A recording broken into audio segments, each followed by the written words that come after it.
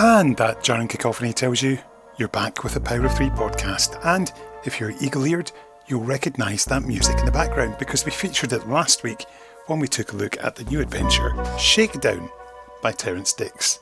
Because today we're looking at the original VHS production, as directed by Kevin Davies and again written by Terrance Dicks.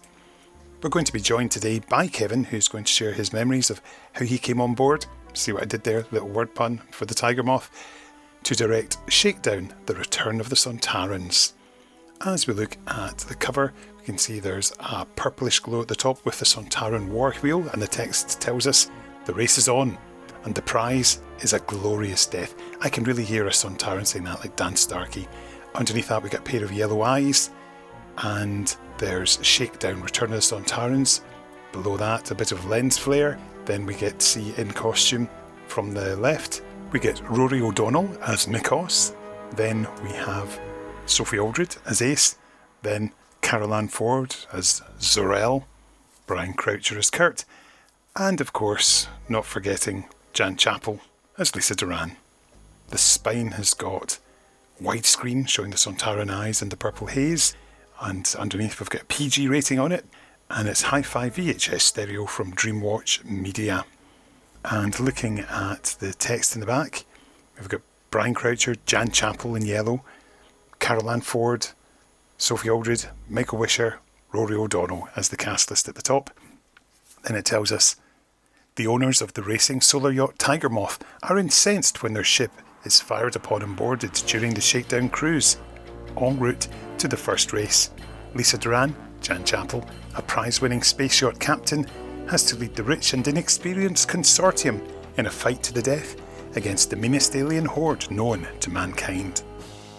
Last seen on terrestrial television a decade ago, the Sontaran clone warriors are back, meaner and nastier than ever before.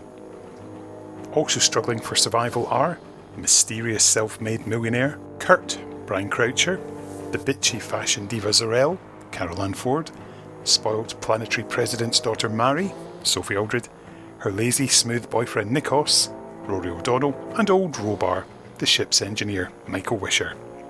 A crack team of warriors is led by Commander Steg, Toby Aspin, and his Lieutenant Vorn, Tom Finnis, worthy additions to the Sontaran Hall of Fame. This film is dedicated to the memories of scriptwriter Robert Holmes and actor Kevin Lindsay, who first donned the Sontaran warrior makeup more than 20 years ago. And after that there's the usual colour running time, approximately 60 minutes, hi-fi stereo, widescreen, copyright 1994, DreamWatch Media Limited, all rights reserved, etc, etc.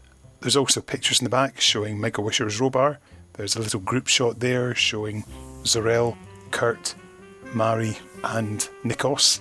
Then Lisa with a Sontaran, slightly out of focus, then a Sontaran with its helmet on. Interesting the lack of clear Sontaran pictures on the front as well, but the VHS covers were ready to go, I think, for the convention before the Sontaran look had actually been revealed. So, let's now find out more about how it came about from the director, Mr. Kevin Jon Davies. You seem to be a natural choice when this came up, so how did the contact come about and how exciting was it?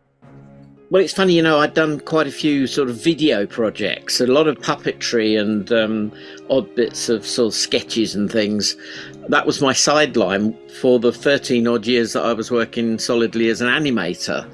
And so I'd always dabbled with doing video projects on the side, so to speak.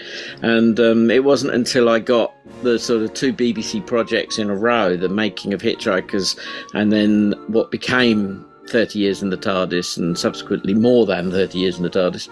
And so, that I sort of swapped careers at that point. I was fed up of sitting at the drawing board, and I'd had a lot of great experiences, and I was enjoying the post-production side of things much more than the actual drawing. And so I wanted to get more into doing stuff sort of on the editing side and if possible getting my foot in the door directing. And so I showed off what I could do with the making of Hitchhiker. That got well received. There was a brief skirmish with the making of Blake 7, which got put on hold after some copyright arguments. But we did manage to interview a few people who, thank goodness we did at that point, because they were still around. And then that led straight into doing 30 Years in the TARDIS. And all the way through that, I got a lot of publicity from companies like Visual Imagination, with all their big slate of magazines and Starburst and TV Zone and things like that. Not so much Shivers, but I knew all those people. And DreamWatch, which was started out, as you may well know, started out as DWB, became Doctor Who Bulletin, became DreamWatch Bulletin eventually when they rebranded. And the rebranding was going to coincide with their big event they were having to launch it all, the DreamWatch Convention, which was planned for October 94. Now, friends of mine were looking to make their Yeti drama, a spin-off Doctor Who drama. You have to remember, this is at a time when Doctor Who hadn't been on air for a few years and fans were starting to make their own things. Keith Barnfather and Ian Levine and I can't remember who else, various people grouped together to try and make what eventually, sometime later, became Downtime, a Yeti drama with some Doctor Who characters. And but they floundered for some reason. There was problems with financing or something. I'm not really sure why, but I think Keith, being in overall charge of production there, he decided to hold it over for another year.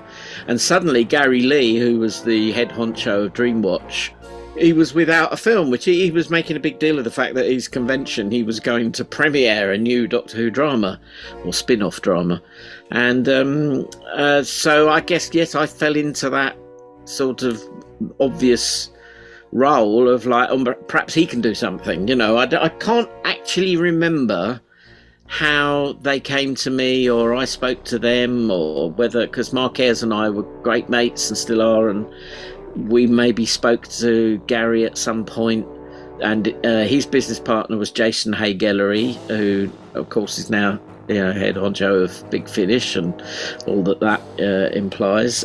Somehow between us all, we got this idea together that we would make something very quickly, because I think we only had something like just over 2 months to get ready, to get it done and post-produce it and have it ready for the event.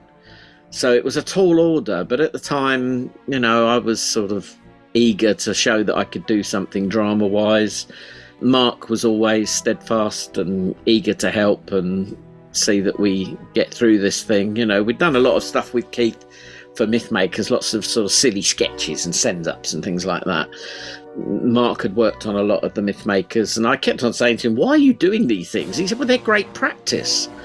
And they did invent, you know, his Mythmakers things that he did were great practice for him while he was a sound engineer at TVAM. He then eventually, you know, got to score things for Doctor Who, and all these things, all these silly projects that we did, sideline things and spin-off things and sketches and spoofs, they're all great practice for what we all really wanted to be doing. So I'd imagine then by the time you came on board, it would have been decided that Terrance was going to be the writer and the script would have been underway, but you would then have to find the locations like the HMS Belfast.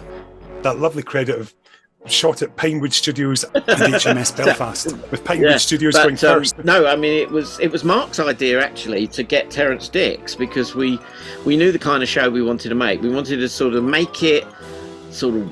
Then there was a big thing for VHS being widescreen, which, as we now know, is a problem because it was actually letterboxed inside a 4:3 frame, which is not a great format to shoot in. But anyway, we'll come to that later. But we just knew that we wanted to do an old-fashioned Doctor Who story, a sort of Terrance Dicks style story. Actually, it was Mark Ayres' idea to get Terrance Dicks to do it. You know, we were having that thing. It's funny, it reminds me of when Douglas Adams and Geoffrey Perkins were trying to think out who was going to be the narrator for Hitchhiker's Guide, and they kept saying, why don't we get a sort of Peter Jonesy type voice? And they tried to think of someone until their secretary said, why don't you just ask Peter Jones? Well, we were in the same boat. We're going, who's going to write this Terrance Dicks style script?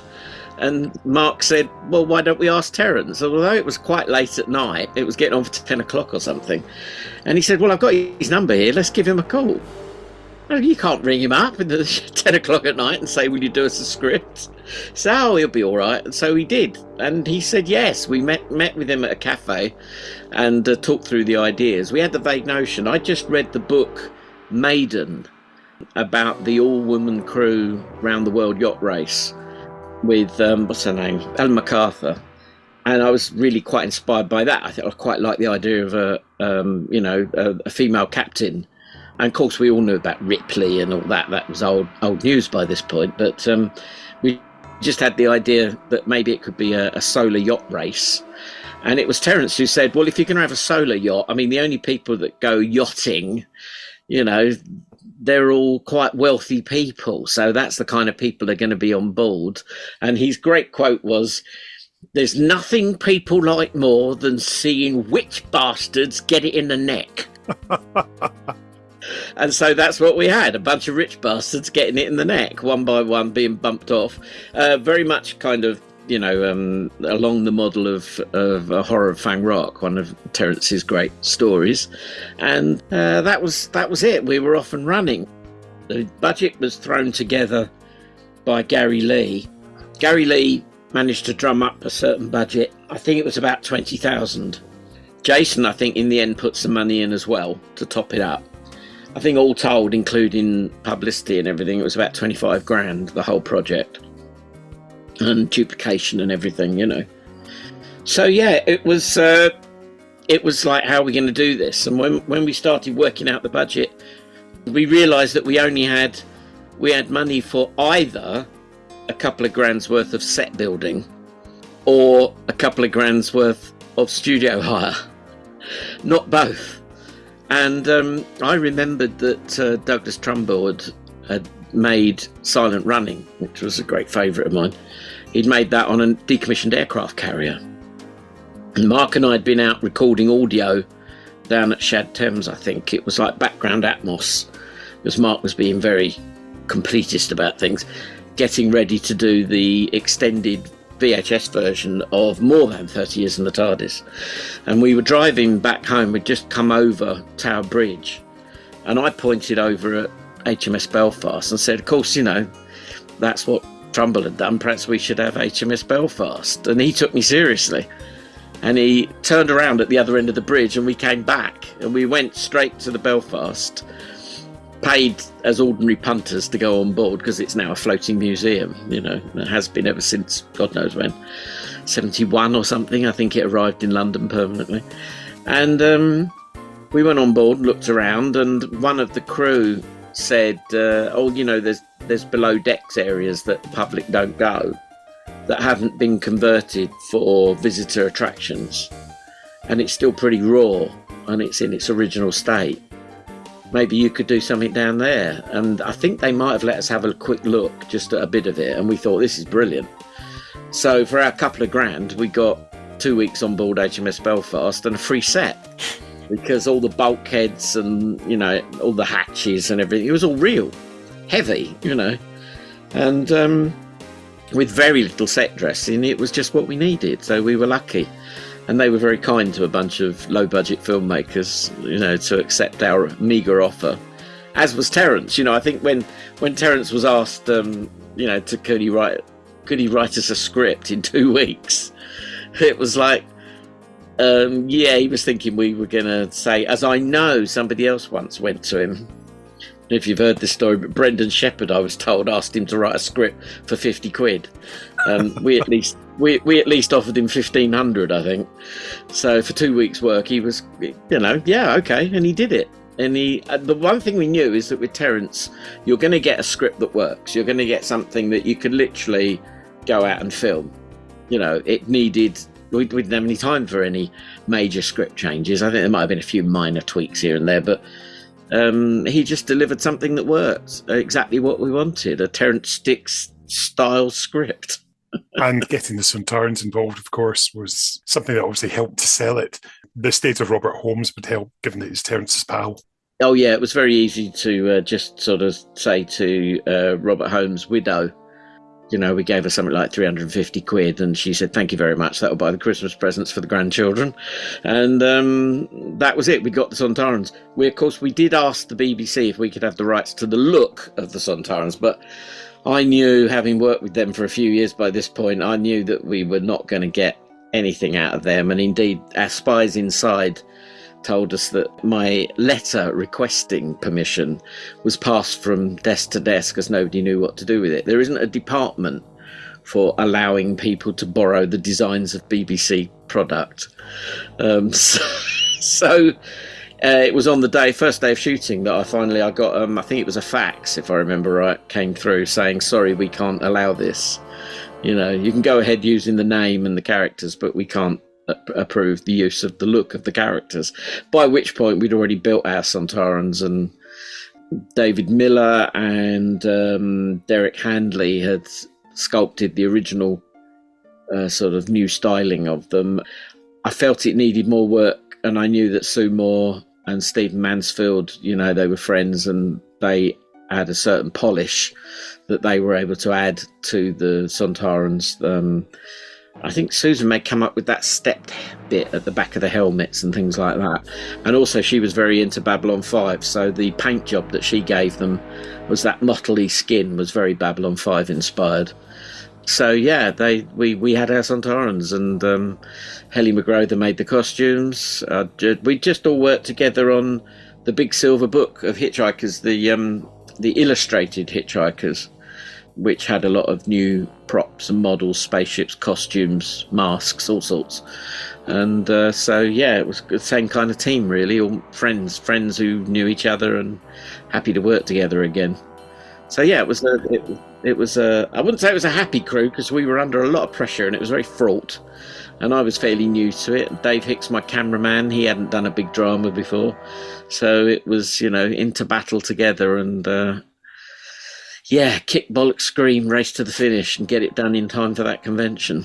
I think the thing that's sometimes overlooked is that the Sontaran design is fantastic, and also they went bronze a decade before the new Daleks did on the telly. That's right. I guess it's the next obvious thing. If you've done silver, where'd you go next? It's got to be gold or bronze, isn't it? So I don't know what I would do now. I mean, I really liked what Robert Alsop did later on for the Sontarans.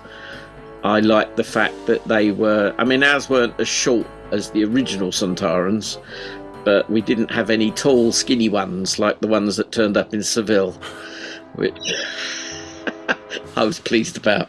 I do have an abiding memory of Shakedown, is coming down from a hatch, coming down into the main shooting area, and seeing three Sontarans lolling about with the little electric fans trying to, through the little gaps in their neck bands, they were blowing air in because it was boiling hot.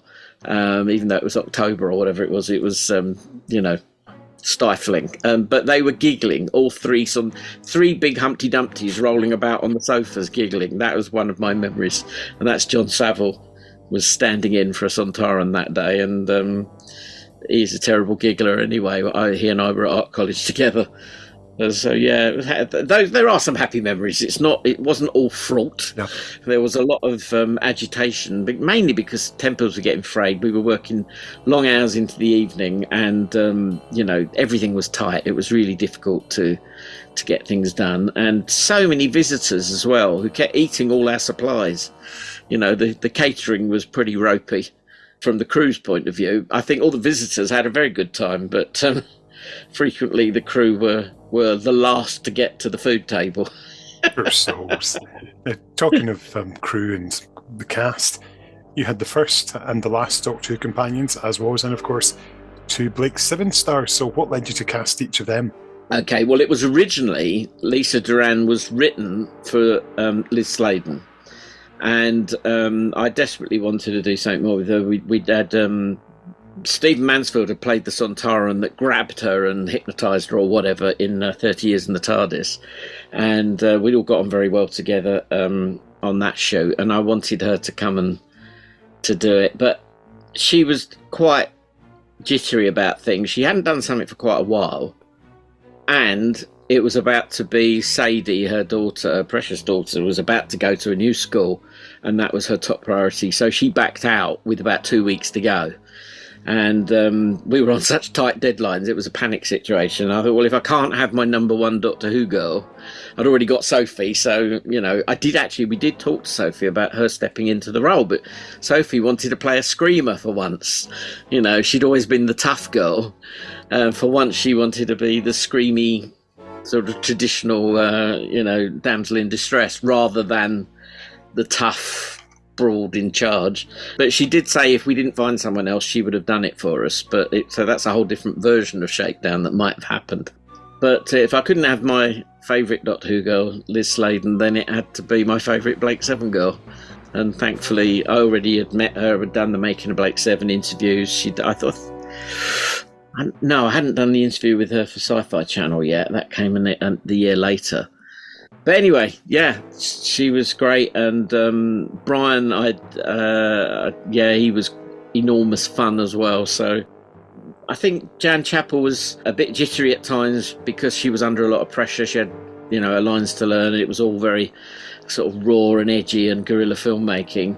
And Brian's so laid back, and they were old mates. So any time that she was slightly fraught, Brian immediately diffused the situation and, much more easygoing, and was able to sort of chill her out a bit. And we got through it. It was great.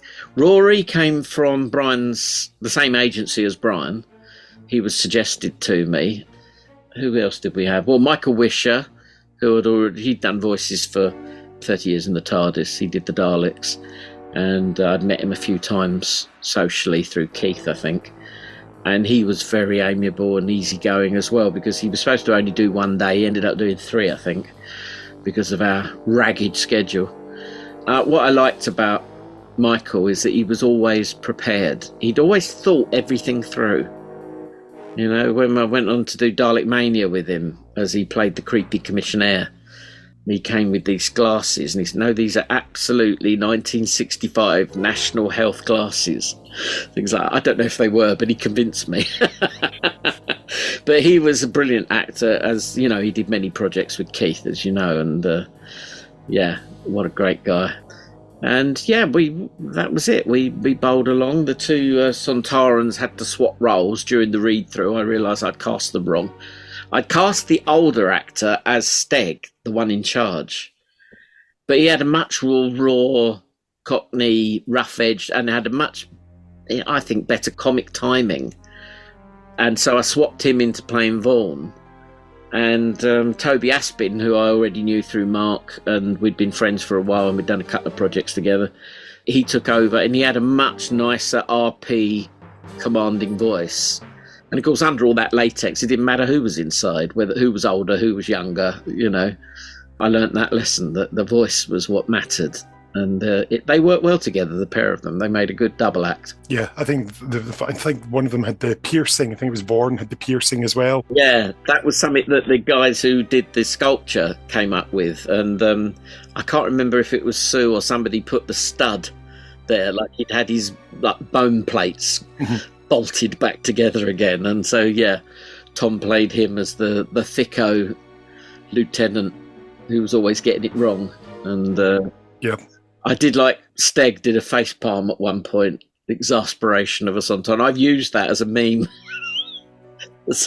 I've got a screenshot. I quite often post that on Twitter or something like that. Like face palm, very good. So once you'd got the shoots done, and yes, from what you've said, it does sound quite fraught. It'd be into the edit, and I'd imagine that while you're up against the deadline, this is where you're in your happy territory. Yeah. The thing is that I was still learning really on Shakedown, as indeed I was on all those projects, 30 years in the TARDIS and that. I was learning how to block things and, how to plan shoots and things like that. I made lots and lots of mistakes. I've been teaching now for 8 years on the MA film course at the University of Hertfordshire, and when I was asked to go and do it, my friend who employs me effectively said, would you come and be a visiting lecturer? It's only part-time. I said, yeah. I said, but, what am I going to do? It was all your experience. I said, yes, but everything that I can think of where I actually learnt something was when it all went wrong. He said, well, come and tell them about that then. They'll make their own mistakes, but at least they can hear about some of yours and avoid the pitfalls. But yeah, that's why at the moment I'm looking at doing. I've been talking about this for about 4 years now. Phantom Films asked me to do a book about 30 years in the TARDIS, and I keep waiting for them to give me a proper contract and say, come on, let's do it. They keep encouraging me. Yes, they want to do it. But so anyway, I've started working on a book about 30 years in the TARDIS, and it is fun to look back on the things where you sort of learnt stuff, where you made mistakes, and if you can be honest about it, it might be a sort of salutary lesson for other people. Don't do this, don't go blundering in. I think the other thing I learnt on 30 years is how to fit in to a pre-existing situation, because they were the Late Show. They'd made dozens of archive documentaries, and I was coming in all brash and fairly young and kind of wanting to do it my way, as I had with Making of Hitchhiker. I had complete free rein on that. It's good to sort of pass on what you've learned, and especially, if you can warn other people about the mistakes and the pitfalls. And I did it again on Shakedown. It was a huge learning curve to put together a drama. The post-production side of it went much more smoothly than the shoot, because I was on more familiar territory. Post-production is much more my thing, I guess. Also now I find it really hard to lug camera gear around. As a visiting lecturer at Hearts, I'm quite happy to watch the students lug all the gear around, and I can just advise. I'm not physically really up to it anymore. You've had your go done. You've done it. Been there, done it. Yeah. Well, I've been asked to put together part 4 of the Making of Blake 7 for the Blu-rays, so I'll be dabbling a bit. That's all post-production though. That's just putting together archive stuff, because I nearly had that finished way back when, but it's I'm glad to see that Blake 7's getting the Blu-ray treatment. Very much so. Now, you mentioned the fake widescreen earlier on. If I remember correctly, wasn't that just a case of putting sort of card top and bottom of the camera and then blanking it out? Yeah, so it was actually shot what they call open gate. Somebody on the crew made the joke that we were shooting Kevo vision, because I literally took a bit of gaffer tape to the monitor, top and bottom, did a rough widescreen and went, right, that's what we're going to concentrate on. So effectively it was what in the film industry they would have called open gate. So the full 4:3 was recorded, but everything was framed to be within the letterbox. Now that's a problem if we ever get a Blu-ray or a DVD, or if, as is rumoured, maybe Shakedown will turn up as an extra on an official release one day. We'll see.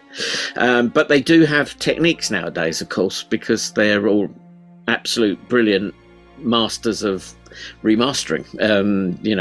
Marquez on sound, and Paul Venices and Steve Roberts and co on picture, Peter Crocker and everyone polishing up the turds, as my wife would say. She did yesterday. But it was like, yes, they're making it all look brilliant. There are ways now to sort of deal with the fact that Shakedown was shot that way, because effectively you've lost so many scan lines above and below. So the picture is therefore just lower resolution. If you blow that up, you would see effectively the scan lines in the old way of doing things. Now, of course, AI can interpolate all that, and I don't understand the full implication of it all, I'll be honest. I'm an arty-farty, not a techie-wecky, as I always say. So I'll leave it to those guys. It's in their capable hands. We did talk years ago. We talked about doing a DVD of Shakedown, but it was held off originally. I think the first time around, Jason didn't want to upset the apple cart when Russell T Davies was bringing back the Sontarans to Doctor Who. But of course, that is a very long time ago. It was that 20-odd years. And then it's just sort of gone away. It's just been sort of in the background there as something we might do one day. But I gather the technology is there. Paul Venices is very confident that he can sort it out. So maybe there will be some kind of release for Shakedown, which is funny. I mean, I always thought just leave it warts and all. I know Jason was on about doing CGI spaceships, and it's like, no, leave it as it was. I'm very much of the old school. It is what it is. It's just, that's my old student film, as I always jokingly say. Put it out warts and all. I don't mind. I know it's got faults. I can spot them every time I watch it, but there's bits I like. I like the original storming of the ship. You know, that whole sequence I'm very pleased with. So yeah, it's and I love the cast. I enjoyed them all very much. It was fraught. They did do some long hours. We worked mainly at night because during the day it's a museum, the floating museum, HMS Belfast, and so you could hear all the footsteps clanging around everywhere with all the visitors. But once they'd gone home at 6 o'clock, then it was quiet, except for the rubbing of the sort of the wooden pillars, the sort of pylons of the quayside rubbing against the side of the ship, because of course that part of the Thames is tidal, and as the ship, you know, floated, it rose and it fell again with the tide. It would rub against the moorings, and we would get these terrible noises coming through the walls. Every slight sound from upstairs would clang down through the metal of the ship. But what we got was the visuals. You know, it looked good. It looked good and heavy on camera. No wobbly walls. Absolutely. If it was wobbly, I think you'd all have been abandoning ship. But of course, you got Ian Scoons working on it, of course, a veteran of many a Doctor Who. Yeah, I think maybe I'd met him somehow, maybe at a convention or something. Oh, yes, I know. Monopticon, 94, that summer. Was it summer or was it earlier in the year? I think it was May. Remember. It was around May. Was it? Right. Well, we were plugging the idea of, we were still trying to persuade the BBC to do more than 30 years. You know, when I made 30 Years in the TARDIS, I was promised that home video would follow. But unfortunately, my producer had to leave for personal reasons around the Christmas time. And so early in 94, I was having to fight to get that project still approved by his successor. And it took quite a bit. And there was a PR thing at Monopticon. And one of the other speakers there was Ian Scoons. And we had a few drinking sessions at that event. I'm not much of a drinker, but boy, could he put it away. You can tell he'd worked in TV in the 70s. Well, he was such a laugh, and I was already matey with Matt Irving. I'd known Matt Irving since the very first Doctor Who convention in 77, where I'd helped to set things up the day before, and Matt was one of the guest speakers there, and very kindly allowed me to visit the set of Doctor Who and Blake Seven, and I even borrowed his little TARDIS model for one of our amateur films. Can you imagine that nowadays? So yeah, it was those effects boys I was always very, very friendly with. Jim Francis on Blake Seven as well, I'd known from Hitchhiker. So yeah, it was, Ian came in, did his thing. We needed somebody to do the explosive hits, body hits, safely. So we had a few bangs and flashes from Mr. Scoons, who was always entertaining. I love the story about Scoons, that I was told that he'd frightened a young fan who once asked him, "Is it true that you're part of a witch's coven?" And with his dark, saturnine looks, he leant into this young lad and went, "Never ask me about that again." Which I imagine would have been chilling, but I'm sure that he was just half joking. Yeah, the other half we do have to wonder about. We do wonder, yeah. Yeah, and of course, working with Mark and doing the sound would have been a joy, because such a dedicated, consummate professional. I learnt so much working with Mark, and also in other projects with Alistair Locke. Those two guys, masters of the sound engineering. Mark taught me a respect for sound that I wouldn't have otherwise had. And I try to instill that in our students that come to the university. very eager to make them understand that good sound on their films will make things, so much better. It lends a polish and a professionalism that, a lot of young student filmmakers they want to be cameramen or directors.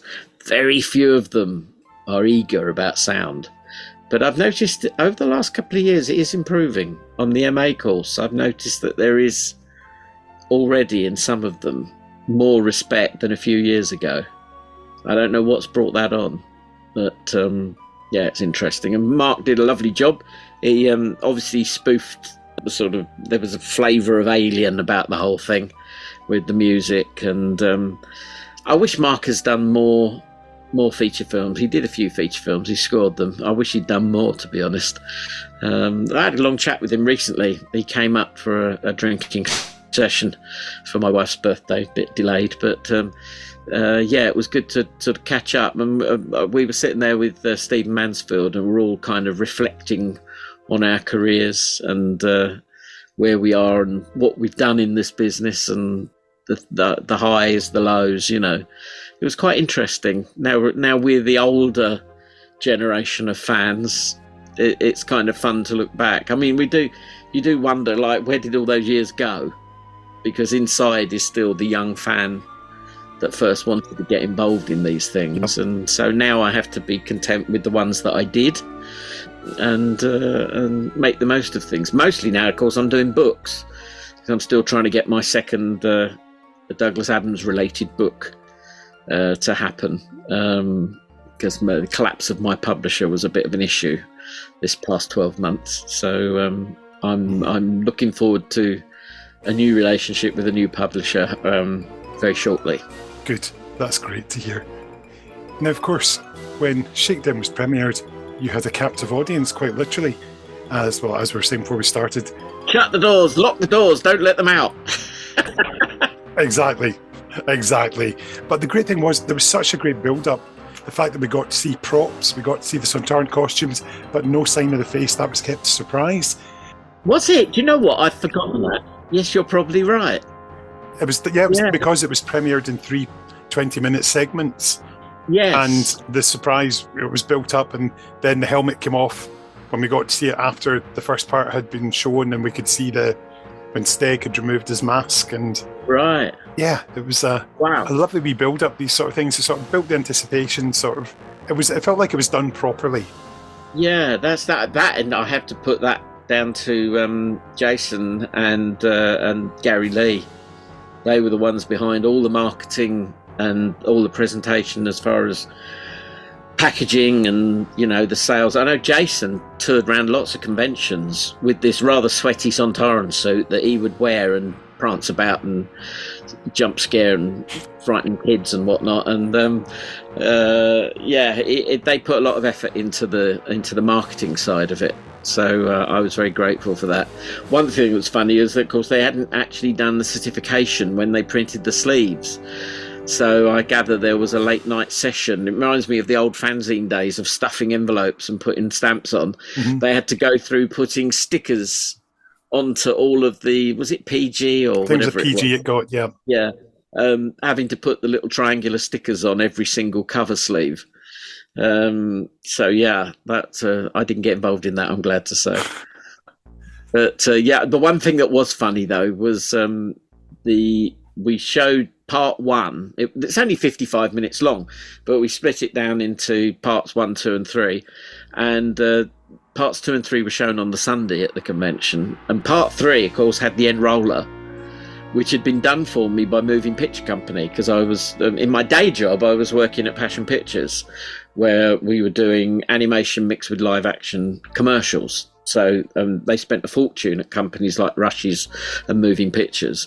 And so I got it done as a favour by Moving Picture Company. I was so glad to discover that the typed list of credits that I gave them was correct. But the end roller at the premiere rolled up and it said Brain Croucher, which sounded like a disease. Brian thought it hilarious. He didn't care at all. I was mortified. But as I went back to Moving Pictures and said, look, I did spell it correctly on my they redid it for me, so the release was able to have the correct spelling. But for the premiere to have one of your stars' name wrong was very bad. I noticed that behind you just now, as we speak, there is a copy of Shakedown on the shelf. Yeah, I think I moved it down specially. Oh, yes. There we go. The VHS copy, yeah. Yep. Oh, God, wouldn't it be nice to have it on a DVD? I mean... Or a Blu-ray. Yeah, Blu-ray. Yeah, it belongs in a collection. Were there to be such a thing, a BBC collection of... what do they call it? The Wilderness Years. Mm-hmm. I'd love to see it there, but whether that contractually can be sorted out, I don't know. But certainly it does look like we will be able to present it in its proper form at some point. Cannot wait, because I've got it. I've got my VHS, which I copied onto a DVD for my own personal use, not for mass distribution, just to clarify. My VHS that I bought back in 1994. Yeah. So it's nice to have it there. And... it'd be nice so a new generation of fans can see it, and these fabulous Sontarans. Although it's funny when you see the helmets now, they look just a little bit narrower than the ones that we're used to now with Dan Starkey and co.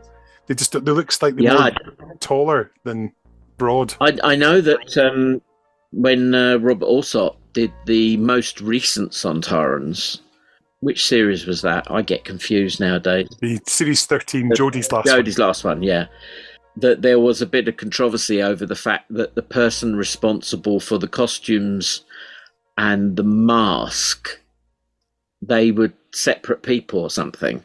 And there was this rather difficult person who didn't want to have the special costume fitting to make sure that the helmets and everything worked together with the masks, and indeed the mask wouldn't fit the helmet.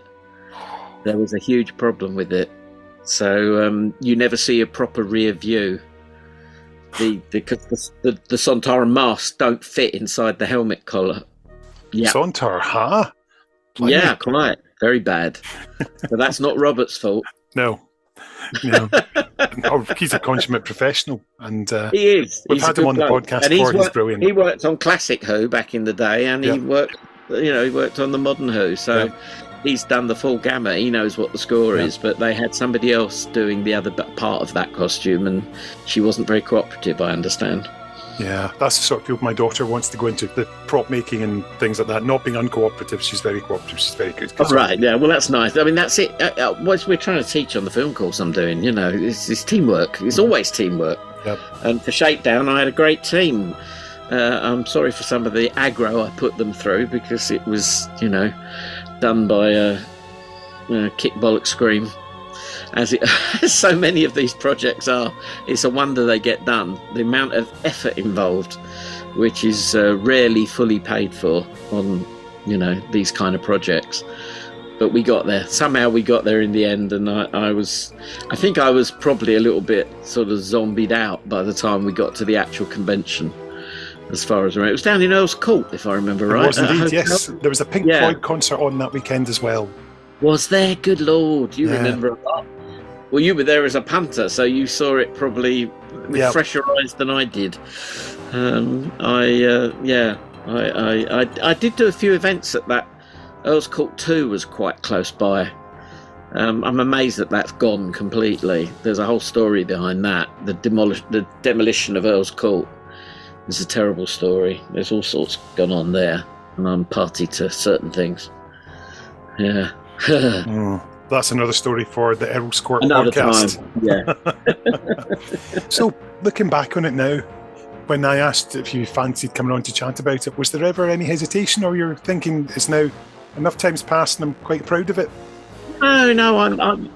I get asked to do these sort of things about all sorts of topics of various things that I've done over the years, because I kind of cross various different parts of the genre. I've worked for Jerry Anderson as well, and so I get asked to do all sorts, and I'm always happy to talk about it, even though there's bits of it you think, oh God, did we really do that, or did I really say that, or slight cock-ups in the past, but no, it's like it all adds up to who I am now, I guess, so no, I'm always happy to talk.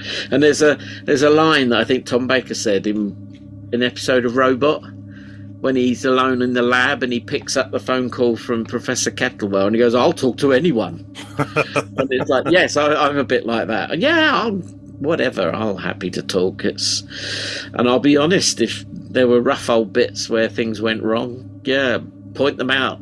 I'll tell you why. Well, you'll no doubt be pleased to know that Shakedown has been commemorated in the Museum of Classic Science Fiction in the north of England, where the airlock sign has been put on show. Somebody rescued it. Yep, it was auctioned off at the DreamWatch convention, and it's been donated to the museum. You see, that's dear old Tony Clark with Keith Dunn helping him, if I remember correctly. You know, they put in a sterling amount of work in building that entire airlock out of nothing. There were some display boards, there was a bit of foam board. They copied, Dave Bryan made beautiful spaceship models for Shakedown. The little airlock on his Sontaran shuttlecraft, Tony made a big version of that, which hinged upwards and slammed shut at the appropriate moments. And so, yeah, Tony Clark has been enormously helpful to myself on various projects, and he worked with Derek Handley and co. You know, it was... God, yes, it's all coming back now.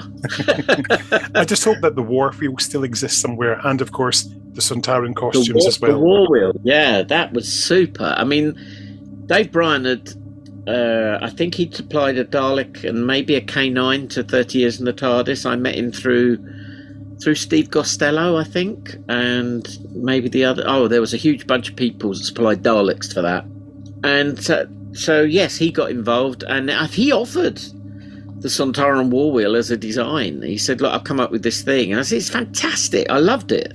The idea that the little spherical, I don't know if it was obvious, but the little spherical pods of the Sontaran ships could fly off it. You know, wasn't there a comic strip? Did a comic strip happen once? I think it was a Doctor Magazine comic strip followed it up. Yeah, they did something similar. With the war wheel. Yeah, the war wheel deserves to be used again. That was a great idea. And it made a lot of noise. I remember it turning in the studio. That was our Pinewood Studios bit. We hired Westbury Design and Optical, which was a little tiny studio at the back of Pinewood, and we couldn't afford 2 days, but they let us have it for 24 hours straight. So we went round the clock through the night, and I nearly crashed the car on the way home. I was so tired. But we managed to do it, and poor old Dave Hicks was suffering like hell. In the making of Shakedown, you see him say, "I always wanted to do shooting models at Pinewood, and all I want to do is go home," because he had a terrible cold. The one thing we did invest in a little bit was we had the money to rent a boroscope, which is a long lens attachment, like a tiny telescope that fits on the front of a video camera, which is a big bulky thing in those days, to get in close to the model, then with a wide angle lens to get the depth of field and everything. So the camera was looking down this like long tube with another lens on the end, and that meant we could approach the model without banging into it with this big clumpy camera. Dave Bryan made all those model spaceships, and he made them for next to nothing on the proviso he could keep them afterwards. So I don't know if they all survive, whether he's still got them. I'm not in touch with him anymore, so I hope he's hale and hearty. So yeah, they did a lovely job. Then the following year he made the duplicate of the 2150 AD Dalek spaceship from the movies for Dalek Mania. Yeah, a beauty. Yeah, an absolute again doing that. Yeah, fantastic. Clever man. Yeah. Well, Kevin, thank you so much for sharing your memories of Shakedown, The Return of the Sontarans. Thank you very much for asking. It was a blast. A massive thanks to Kevin for taking the time to talk to us in such depth, detail and honesty. And fingers crossed that one day Shakedown will get an official release, whether as a download or on digital media to buy, like a DVD or a Blu-ray, because I still love them. Now, something I was thinking about was, what was the contemporary reaction to Shakedown, The Return of the Sontarans? Obviously, DreamWatch would have given it great reviews because it was their production, so I thought I'd have a look at Doctor Who magazine, and Craig Hinton was the reviewer in issue 221. So what did he have to say about it? The solar sailing ship Tiger Moth is on its Shakedown cruise, crewed by a motley band of hardened space veterans and mollycoddled galactic elite, all members of the Ton team that is backing the ship's new life as a racing yacht. The captain, Lisa Duran, has a difficult time babysitting her precious crew, including Zarel, the Alexis Colby of the Spaceways, and the President's pampered daughter, Mari. The ship is attacked by the belligerent force of a Sontaran warfield, and once the Sontarans board, there isn't really much that Duran can do, as the enemy immediately takes control. Does the Tiger Moth harbour one of the Sontarans' arch-enemies? Will Steg, the Sontaran commander, honour his promise to spare the crew? Most importantly, can Zarel ensure that her makeup doesn't run? Shakedown, Return of the Sontarans, holds all the answers, and then some. Written by the inestimable Terrance Dicks and directed by wunderkind Kevin Davies, Shakedown is a mix of Doctor Who / Blake Seven's Illuminati and one of the series' most popular old enemies. I've always been very fond of the Sontarans, and given their disappointing appearance in The Two Doctors, I had pretty high expectations of them in Shakedown. Well, they've got new uniforms, and new heads, and they bear more than a passing similarity to the Vogons from The Hitchhiker's Guide to the Galaxy. But overall, the Sontarans are amazing. I say overall, because you have to swallow the bitter pill of Tom Finnis's dreadful Lieutenant Vaughan, who makes Storr from The Invasion of Time sound like Laurence Olivier with a rubber head on, before you can delight in Toby Aspin's Steg. Steg is certainly the best Sontaran to ever grace the screen, surpassing even Kevin Lindsay's Lynx and Styre. He possesses both a commanding authority and a fascinating personality. These combine to electrify every scene in which he appears, and his put-downs of his educationally subnormal lieutenant are a joy to behold. The humans are a better kettle of fish. All of the names seem to have been cast out of type, with Brian Croucher's laconic Kurt to Carol Ann Ford's bitchy diva Zarel, with Sophie Aldred, Mari, Michael Wisher, Engineer Robar, and Jan Chappell, Lisa Duran, turning up for good measure. All are outstanding, but Sophie must be mentioned in dispatches for the moment when she hits the deck with enough force to shake the camera. Terrance Dicks' script is less impressive. Most of the time I wowed over it. He has a feel for the Sontarans, which rivals Robert Holmes, their creator. But there were far too many times when I simply cringed. Hearing Steg quote Lynx verbatim is bad enough, but Kurt's memories of talking to the dentist on Metabolist 3 are downright embarrassing. But, in general, we are in the hands of somebody who understands both the structure of Doctor Who and the true nature of the Sontarans. Direction? Kevin Davies and his crew had little time and even less money, and, to their credit, this only rarely shows. The boarding of the Tiger Moth is breathtaking, and Steg's demonstration of his authority says more about the Sontarans than the Two Doctors ever did. The few weak spots surface with the treatment of the enemy spy. For reasons of economy, its presence is demonstrated by a green glow, but far too often that glow looks rather too much like the green spotlight that it really is. Although I believe that Shakedown is priced just a bit too high, it is an excellent addition to the Doctor Who canon, despite its few problems. Shakedown is definitely not a letdown. Pros: Steg, the Sontaran warfield, the boarding. Cons: Vaughan, the virtual reality nonsense. Verdict: 4 stars. And that's 4 out of 5, so that's not too bad. If you've enjoyed today's podcast, feel free to leave a review for us wherever you get your podcasts. You can follow us on social media at Power of 3 Pod on Twitter. We have a Facebook group with the same name, and we're on Blue Sky at Finished Zine. And it's now time to go. We're going to leave you, as ever, with a track, and this is from Shakedown, which is a Swiss house music project, and this is their 2002 track, At Night, which, when you think about it, is apt, because when you look out the window on a spaceship like the Tiger Moth, it's permanently night. Until next time, I've been Kenny Smith. This has been The Power of 3, and we'll see you very soon. Bye bye.